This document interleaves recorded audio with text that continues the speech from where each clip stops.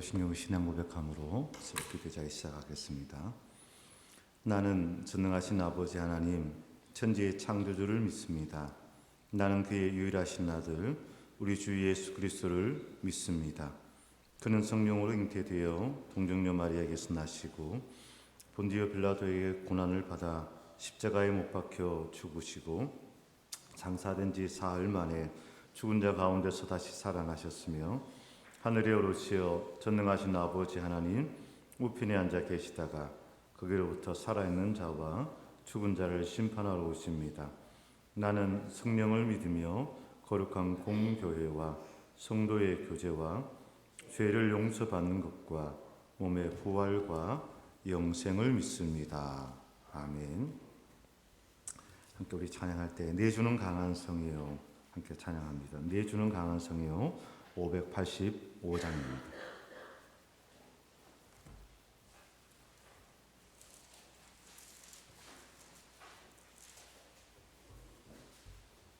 찬송가 585장 내 주는 강한 성이요 함께 찬양드립니다. 내 주는 강한 성이요 방패와 병기 되시니 큰 환난에서 우리를 구하여 내시리로다. 옛 원수 막히니 이때도 힘을 써 모략과 권세로 무기를 삼으니 전하에 누가 당하랴.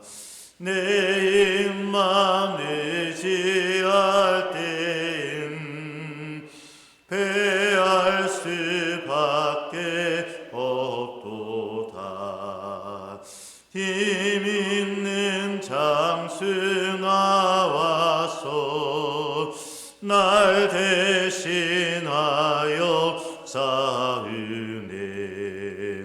이 장수 누군가 주 예수 그리스도 만군의 주로다.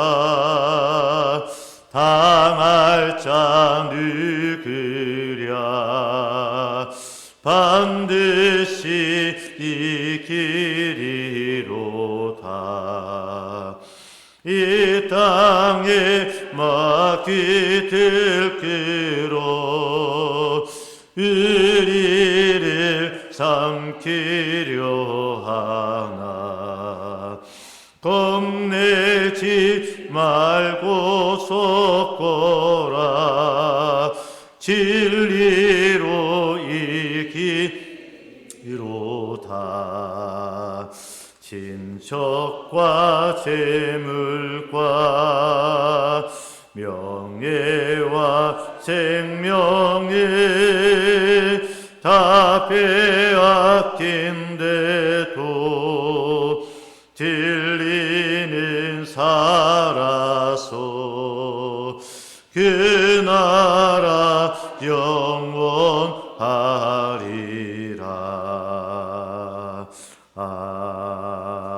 아멘. 하나님의 말씀 베드로전서 5장입니다. 베드로전서 신약성경 382면 베드로전서 5장 6절에서 9절까지의 말씀입니다.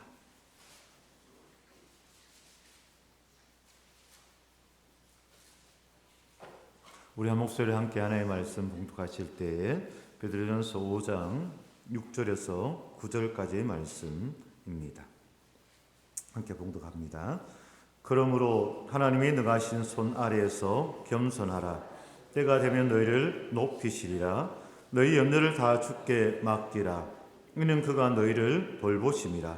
근신하라. 깨어라. 너희 대적 마귀가 우는 사자같이 두루 다니며 삼킬 자를 찾나니 너희는 믿음을 굳건하게 하여 그를 대적하라.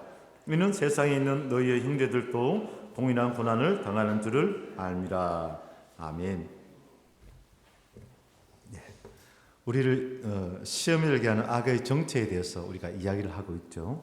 그런 가운데 먼저는 그 악이 우리 속에 있는 죄다, 우리 마음 속에 있는 죄다라고 이야기를 하였습니다. 그리고 우리가 어제 살펴본 것은 개인의 죄를 뛰어넘어서 우리 개인과 개인이 모여서 살아가는 이 사회에 이 구조적인 악들이 있더라는 겁니다. 함께 인간이 살아가면서 만들어 놓은 사회에 있는 그 놓여 있는 구조적인 악들이 또한 이 악의 하나의 실체다라고 이야기를 드렸습니다. 오늘 이야기하고자 하는 것은 유혹자 사단입니다. 유혹자 사단입니다. 근신하라 깨어라. 너희 대적 마귀가 우는 사자같이 두루 다니며 삼킬 자를 찾는다라고 이야기하고 있습니다. 사단은 한번 이야기 드린 적이 있죠. 디아블로스라 이렇게 이야기를 하면서 사이를 갈라놓는 존재다라고 이야기를 드렸습니다. 우리가 기도라는 것이 뭡니까? 라고 하면서 이 주기도문 말씀을 보기를 시작하였습니다. 기도라는 것은 이 기도함을 통하여서 나를 넘어서 너를 발견하고 그리고 우리라는 자리로 나아가는 과정, 그것이 기도의 자리다라고 이야기를 드렸습니다. 그래서 예수 그리스도의 십자가는 하늘과 땅을 이어주고 또 사람과 사람을 이어주는 거 하나 되게 하는 역할을 하는 것, 그 기능과 그 힘이 있는 것이 바로 십자가입니다 라고 또한 고백을 드렸습니다. 그처럼 사단이 하는 일이 뭐냐? 그 십자가의 길과 기도의 길을 가로막는 것, 그 반대의 길로 가게 하는 것, 그것이 바로 사단이더라 하는 것이지요. 사단은 인간을 갈라놓는 존재고, 갈라놓게 되다 보니까 어떻게 해요? 분리시키다 보니까 인간을 고립시킵니다. 인간을 홀로 있게 하더라는 것이죠. 오늘 말씀을 보면은 그러면 하나님 능하신 손 아래에서 겸손하라. 때가 되면 너희를 높이시고 너희 염려를 다 주께 맡기라. 이는 그가 너희를 돌보심이라 라고 하고 있습니다. 우리가 믿음 가운데 두 가지의 모습 속에서 있습니다. 하나는 겸손이요, 하나는 염려를 맡기며 하나님께 주시는 평강입니다.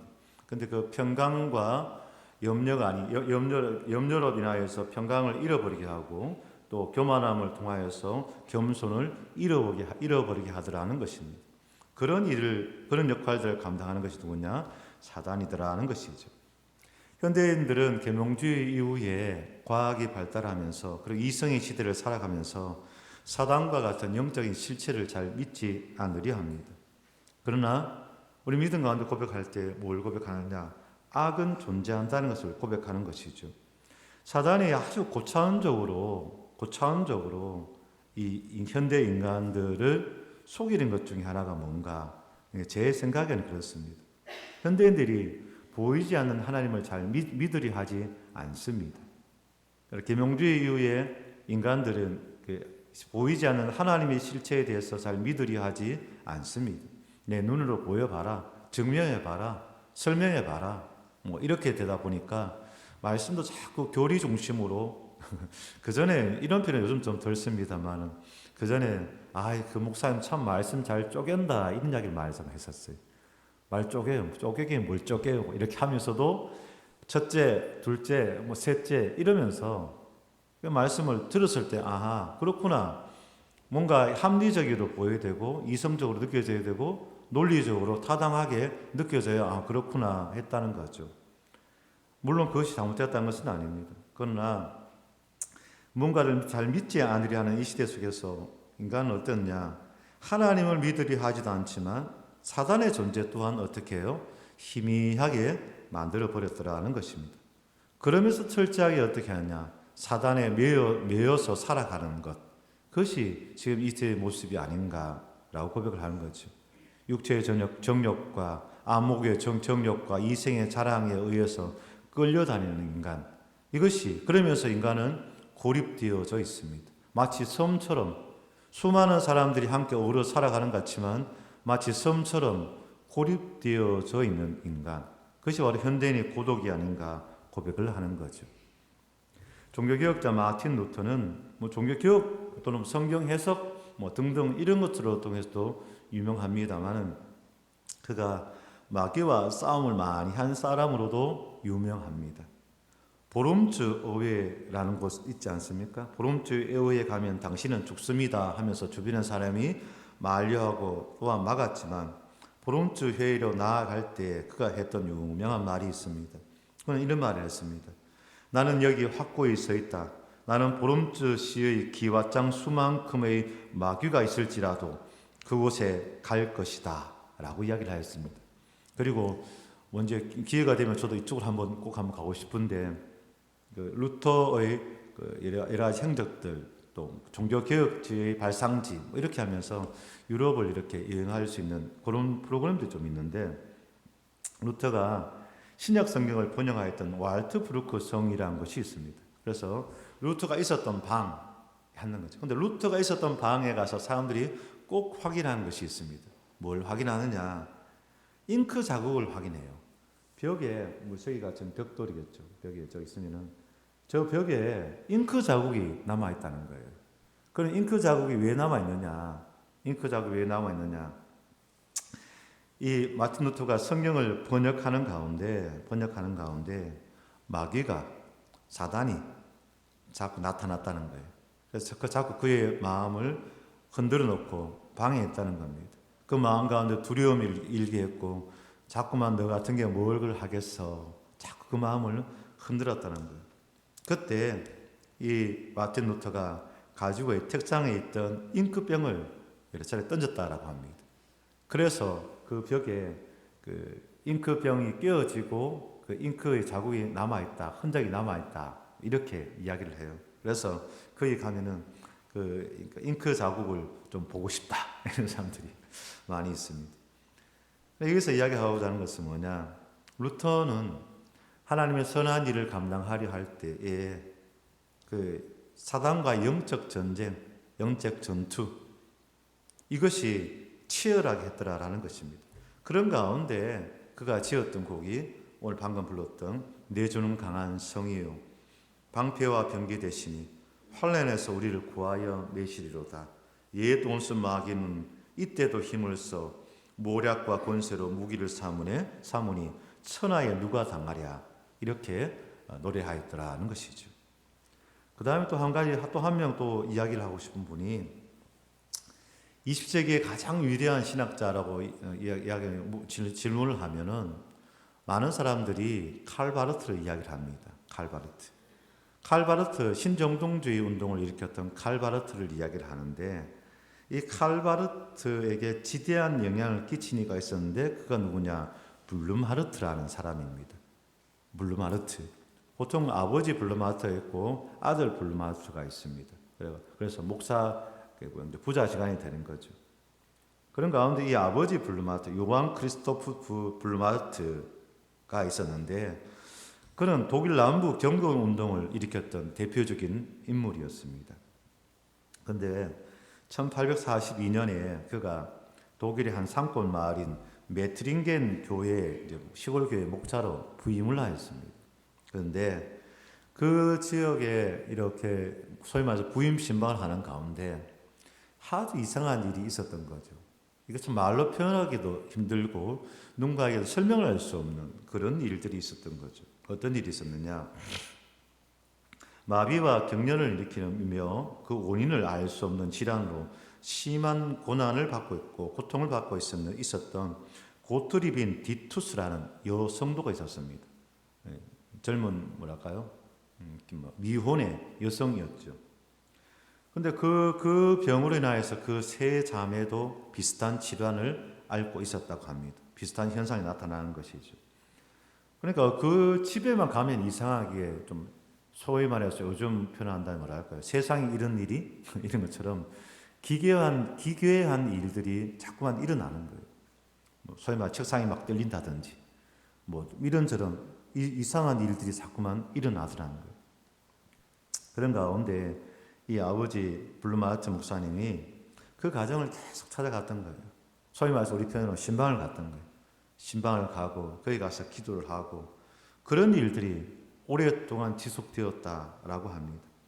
그런 가운데 어느 날 그가 기도하는 가고 있는 가운데 이 티투스라는 여성이 뭐라고 이야기하였냐? 예수는 승리자. 예수는 승리자. 그래서 그 여인의 그 입술에서 예수는 승리자라는 그런 고백이 터져 나온 거예요. 그것도 아주 크게. 그러면서 그 여인의 질병이 낫고 그런 현상들이 멈추고 또 그런 가운데 이후에 이 티투스라는 여인은 이 블루마르트와 함께하는 중요한 동역자로 쓰임을 받았더라라는 이야기가 있습니다. 그러니까 아들 블루마르트는 이 사건을 너무너무 잘 알았던 거죠. 그래서 여기에서 이것을 어떻게 설명하기가 참 힘든 거죠. 설명하기가 참 힘든 거죠. 그런데 그런 현상들이 있었고 그런 변화가 있었던 거죠. 여기서 이야기하고자 하는 것은 이 메트리겐 지역이 이 일로 인하여서 복음 사건의 현장으로 널리 알려집니다.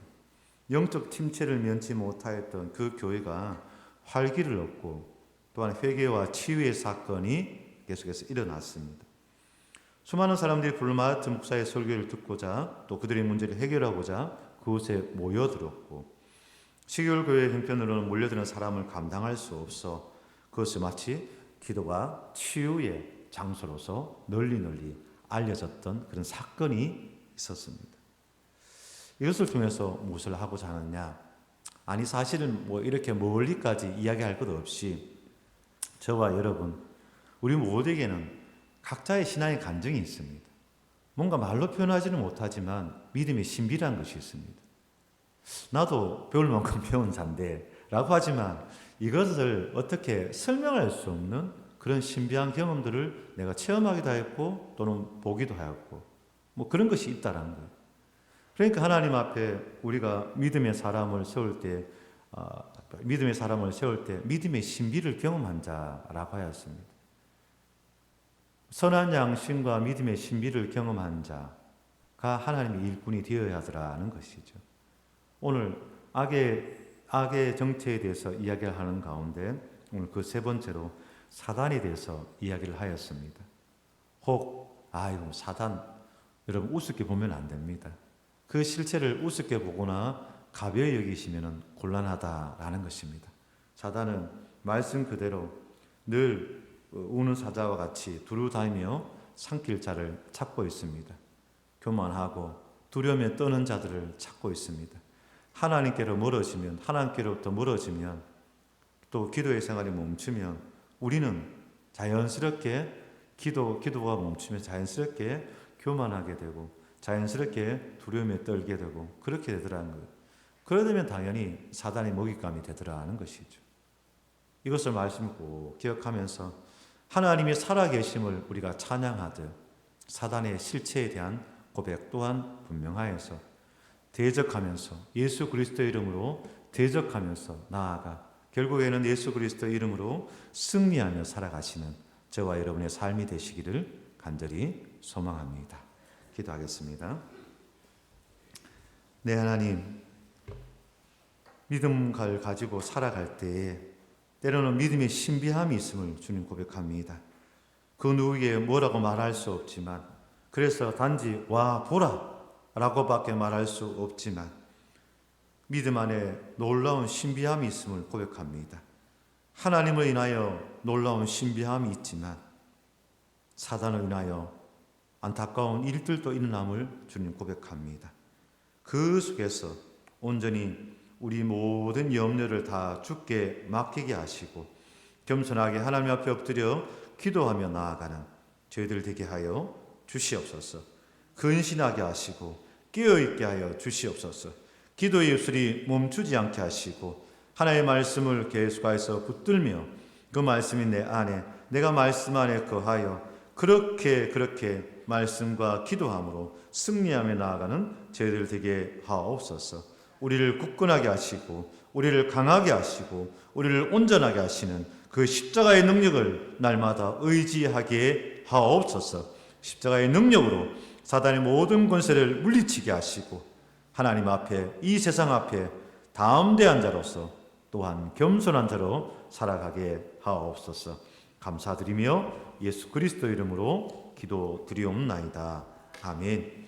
하늘에 계신 우리 아버지, 아버지의 이름을 거룩하게 하시며 아버지의 나라가 오게 하시며 아버지의 뜻이 하늘에서와 같이 땅에서도 이루어지게 하소서. 오늘 우리에게 일용할 양식을 주시고 우리가 우리에게 잘못한 사람을 용서하여 준 것 같이 우리 죄를 용서하여 주시고 우리를 시험에 빠지지 않게 하시고 악에서 구하소서. 나라와 권능과 영광이 영원히 아버지의 것입니다. 아멘. 자, 이렇게 기도하시고 편히 들어가시기 바랍니다. 감사합니다.